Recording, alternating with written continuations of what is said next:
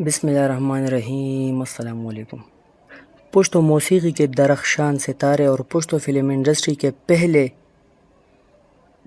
Film یوسف خان شیربانو کے پلے back singer سر ہدایت اللہ صاحب گزشتہ کئی سال سے بیماری میں مبتلا ہے اور غربت و تنہائی کے شکار رہنے اور پشتون قوم کی بے حسی کا سبب دماغی امراض میں مبتلا رہنے کے سبب ان کی یادداشت چلی گئی ہے اور وہ بیڈ سے اٹھنے کے قابل بھی نہیں اور نہ ہی کسی کو پہچان سکتے ہیں۔ پوری زندگی پشتو موسیقی اور پشتون قوم کی خدمت کرنے والے عظیم گلوکار کو پشتون قوم کا بینک کروز بھی کہا جائے تو بے جا نہ ہوگا، کیونکہ قدرت نے انہیں ایک زبردست نرم و ملائم ریشمی آواز سے نوازا تھا۔ اگرچہ انہیں پشتون محمد رفیع کہا جاتا ہے، لیکن اگر انہیں طلعت محمود کہا جائے تو بے جا نہ ہوگا، کیونکہ پورے بر صغیر میں طلعت محمود صاحب اور ہدایت اللہ صاحب جیسی نازک اور سوز و گداز والی دل فریب آواز کسی اور کو نہ ملی۔ 5 دہائیوں تک پشتون قوم و ثقافت کی خدمت کرنے والی یہ عظیم گلوکار اس وقت بڑھاپے، غربت و تنگ دستی اور بیماری کا شکار ہے، لیکن نہ ہی حکومت نے انہیں وہ عزت و احترام دیا جس کے وہ قابل تھے، اور نہ ہی پشتون قوم کے لاکھوں مداح ان کی حالت پوچھنے ان کے گھر آئے، اور وہ اپنی دوسری بیوی خالدہ بیگم کے ساتھ پشاور کے ایک پرانے مکان میں تنہائی کی زندگی گزارنے پر مجبور ہے۔ اور جب تک ان کی آواز اور جوانی برقرار تھی، ان پر ایوارڈز اور قدر و احترام کی بارش ہوئی، اور جب ان کی آواز اور بیماری کے سبب جوانی اور یادداشت چلی گئی، آج ان کا کوئی پرسان حال نہیں، اور بدقسمتی کی انتہا یہ ہے کہ ان کے اپنے بچے، 2 بیٹے اور 3 بیٹیاں بھی انہیں چھوڑ کر چلی گئی ہے، اور پورے پشتون قوم اپنے اس عظیم گلوکار اور فنکار سے شرمندہ ہے۔ آئیے اس عظیم فنکار اور پشتو فلم انڈسٹری کے اولین پلے بیک سنگر کی زندگی، فن اور خدمات پر تفصیلی نظر ڈالتے ہیں، لیکن اس سے پہلے آپ سے ایک چھوٹی سی ریکویسٹ ہے کہ اگر آپ نے ابھی تک ہمارا چینل سبسکرائب نہیں کیا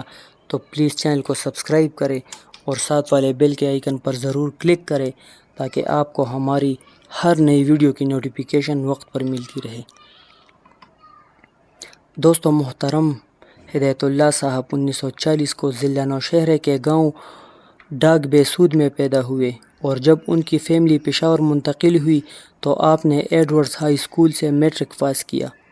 1960 میں آپ نے ایگریکلچر ڈپارٹمنٹ میں نوکری شروع کی اور 2000 میں سینئر کلرک کی حیثیت سے ریٹائرڈ ہوئے۔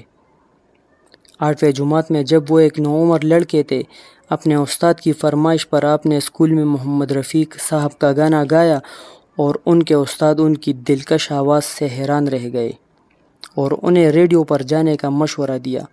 میٹرک کرنے کے بعد آپ ڈبگری میں واقع سید عبدالستار شاہ باچا کے مزار پر حاضری دے کر وہاں منعقد محفل سماع میں شرکت کرتے اور قوالی گاتے،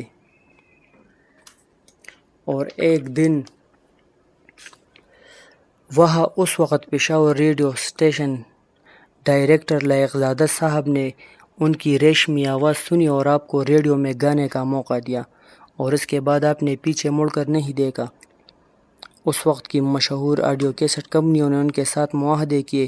اور آپ پورے پاکستان اور پختونخوا میں مشہور ہو گئے۔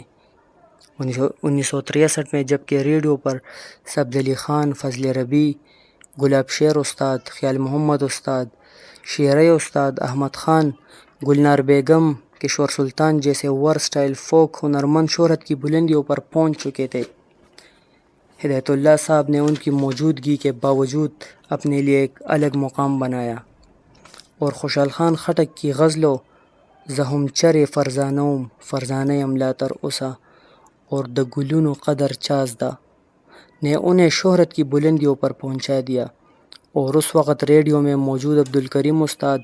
عرف عندلیب استاد اور خالد ملک استاد سے بنیادی موسیقی کے اسباق سیکھنے اور ارباب عبدالودود خان، قاضی احمد اور فرخ شیر شمع استاد جیسے موسیقاروں کے ساتھ کام کرنے کی بدولت ہدایت اللہ صاحب فن کی بلندیوں پر پہنچ گئے، اور 1969 میں ریڈیو سے ان کی غزل ڈیر جڑیدلے یما ڈیر کڑیدلے یما ریلیز ہوئی تو اتنی مشہور ہوئی کہ اس وقت افغانستان کے بادشاہ نے خصوصی طور پر انہیں کابل بلوایا اور انہیں شاہی مہمان کا اعزاز دے کر ان سے غزلیں سنی۔ دسمبر 1970 میں ریلیز ہونے والی پہلی پشتو فلم کے پلے بیک سنگر سر ہدایت اللہ صاحب ہی تھے، اور اس فلم کے سپر ہٹ گانوں راشا ہو راشا، مزہ مزہ کنا زما جانانا اور خوال میں راشا دخندہ ورزی دی کے بعد آپ پشتو فلموں کا لازمی حصہ بن گئے، اور بعد کی فلموں ادم خان درخانی اور بل دیدن جوارگر رامداد خان د پختون تورا میلما ملتانے علاقہ غیر ٹوپک زما قانون غازی کاکا نیکی او بدی مجاہد وینا او مینا اور جنگ اور امن جیسی سپر ہٹ فلموں کے گانے آپ نے گائے۔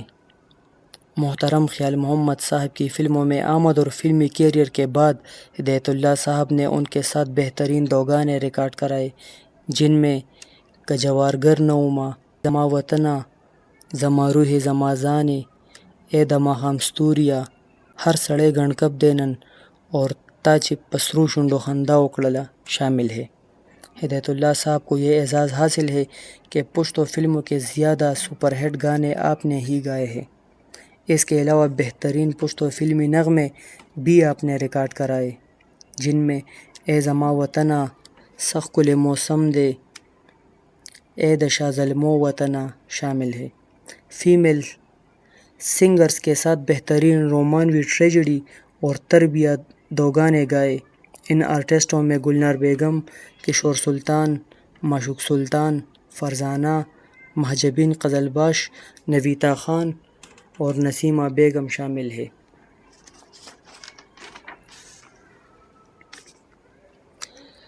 آپ نے ثقافتی پروگراموں اور موسیقی کے شوز میں یورپ، امریکہ اور عرب امارات کے دیے اور بہترین پرفارمنس دی۔ 1980 میں آپ نے ہندکو کا مشہور گانا قصہ خوانی دے وچ کار ریکارڈ کرایا۔ 500 سے زائد سپر ہٹ گانوں کے مالک سر ہدایت اللہ کو حکومت نے صدارتی ایوارڈ سمیت کئی اعزازات سے نوازا،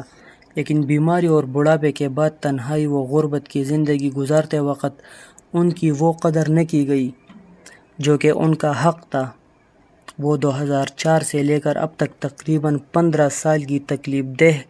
طویل ترین بیماری اور مشکلات کا شکار رہنے کے بعد ذہنی توازن کو بیٹھے، اور اس تکلیف دہ وقت میں کسی نے ان کی حالت نہیں پوچھی۔ ان کی دوسری بیگم خالدہ بیگم کے مطابق اکثر تنہائی میں محمد رفیع صاحب کا گانا یہ زندگی کے میلے دنیا میں کم نہ ہوں گے افسوس ہم نہ ہوں گے گنگنا کر اداس ہو جاتے۔ میری اس ویڈیو کے توسط سے وفاقی اور صوبائی حکومت کے علاوہ تمام پشتون قوم سے یہ گزارش ہے کہ وہ اپنے اس عظیم فنکار کی ہر قسم مالی امداد کرے اور سرکاری خرچے پر ان کا بہترین علاج کرے۔ ہدایت اللہ صاحب کی یہ بیماری اور مشکل حالات ہم پشتون قوم کی غیرت پر ایک تمانچہ ہے، اور ہم سب اس جرم میں برابر کے شریک ہیں۔ دوستو، امید کرتا ہوں کہ ویڈیو آپ کو پسند آ گئی ہوگی۔ اگر ویڈیو پسند آ گئی ہو تو پلیز ویڈیو کو لائک کریں اور چینل کو ضرور سبسکرائب کریں۔